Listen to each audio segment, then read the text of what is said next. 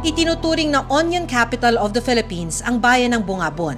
Ang nasa 3,000 ektaryang lupa sa bayan ginagamit na taniman ng sibuyas. Ang problema, ang ibang magsasaka tulad ni Mang Gerardo, kailangan pang tumawid ng ilog para marating ang mga taniman. Wala raw kasing maayos na tulay.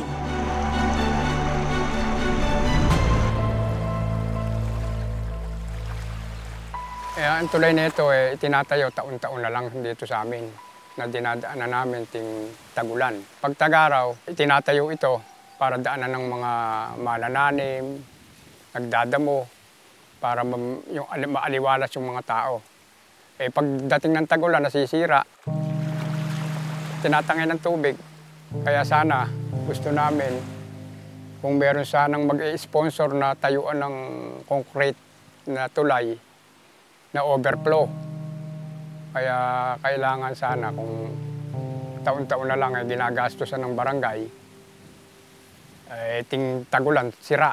O pagdating ng tag-araw, tatayo na naman namin, taon-taon na lang yung ganun. Sayang lang. Oo, sayang. Ano bang epekto sa inyo, Tay? Tulad ngayon, sira. Anong epekto sa mga tao? Malaki dahil ang hirap ng mga magsasaka dito. Ting tagulan, naglalangwig na lang kami dito. Nilalangwig namin yung ilaw.